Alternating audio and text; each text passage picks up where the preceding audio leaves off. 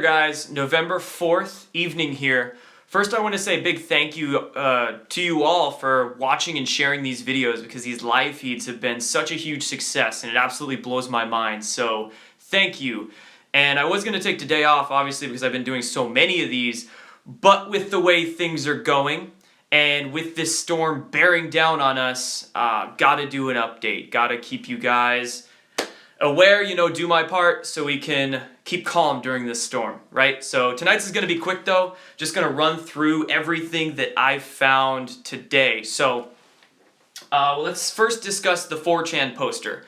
And if you're not familiar with the post that was made on 4chan that's really kind of been circulating the rounds the past couple days, I will link below after I'm done with this video, not only the link to the 4chan post where you can read the whole damn thing. It's a long one. I would suggest you take the time to read it. If you don't want to read it, I'll post a video by Tracy Beans down below too, where she thoroughly goes over it. But this 4chan post, posted by the alleged Q clearance patriot, says a lot of stuff. But the main things that I want to cover in this part right now to set the foundation for the rest of this video is what he said about John Podesta, or one of the Podestas, being indicted yesterday on November 3rd, and Huma Abedin being indicted on the 6th. And then, of course, there was a bunch of other stuff. Basically, the military is helping, or orchestrating the Trump administration to take down the deep state is the gist of it. Anyway, this poster Q revealed his alleged identity, and is a guy by the name of James Browers, who was a former state assistant in the Trump administration, it looks like. I'll post his Twitter down below where you can check what he's been posting out. Yeah, he's a former state assistant. And he posted on his Twitter, "I hope you guys enjoy the 4chan posts," and just the letter Q, as if that was him. And then he goes to post a few other dates. He posts the dates of 11/11, 11/13, and then December 4th. And he says he's not LARPing, he's not live action role playing or basically faking us, but just feel free to believe what he's saying is just sharing what he's been told.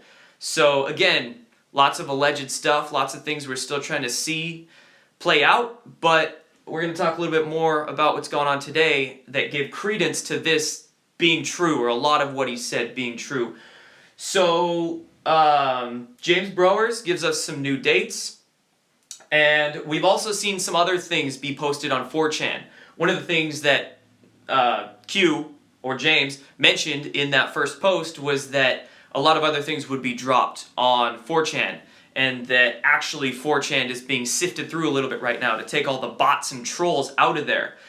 Which is interesting, he mentioned that, because now when you try to sign into 4chan, you'd have to do a CAPTCHA. So again, a lot of little things, kind of putting the pieces together, giving credence, again, like I said, to what he's saying. But anyway, we had another post on 4chan tell us that Tony Podesta could very well be in custody. That Tony Podesta turned himself in, and he arranged to not have his turning himself in or his indictment announced till after the weekend. And then some other posters on 4chan, or the same post I should say, said that John Podesta's on the run. So they actually denied both of their passports. Tony turned himself in, John's on the run somewhere. Again, supposedly, can't stress that enough. But John Podesta's on the run somewhere, or in hiding, or something to that effect. And also, Hillary Clinton could very well be next, which makes sense because we wouldn't need some kind of drill or martial law declared if it was just the Podestas. That wouldn't freak too many people out. But having some kind of contingencies and plan in place might be necessary if there were larger names indicted. Just a possibility I'm throwing out there, folks. So, in my opinion, one point I want to make really quick before I move on is that with this whole Uranium-1 scandal blowing up, in my opinion, and I've kind of thought this from the start and said it to a few different people, I'm going to say it here to you guys now, is that this Uranium-1 deal blowing up is what they have to use to take down the pedo-gators, the deep state pedo elites, right? Because with the pedogate issue, it's extremely tough to take them down legally with that. With all the assassinations that go on, with the collusion that goes on with the intel agencies with it, the covering up, the unacknowledged nature of it, it's very difficult to take them down with that alone. So what they have to do is first start with something milder, something easier, something that has a paper trail that they can use to take them down with, right? That's where Uranium-1 comes into play. Not only do they have a paper trail, and by they I mean the White Hats or the Alliance per se, not only do they have a paper trail to take down the deep state with, but they also, it's easier on the public's conscience. Do you see? So with Pedocate, if they were to mass arrest for that, first, might cause some panic, which is why, right, you see what I'm saying? So easier to get them behind bars with this, and then they can leak the other things onto the public as proper. So just want to make that point, possibility. Now let's talk about those mass arrests in Saudi Arabia. This is a big one, and this was also something that so-called Q, this guy, James, mentioned in that post, was that he said, look at SA, look at Saudi Arabia. You know, what's going on there? There was a lot of questions he posed about it, but he goes, where does most of the money come from in our political scene? A lot of the money.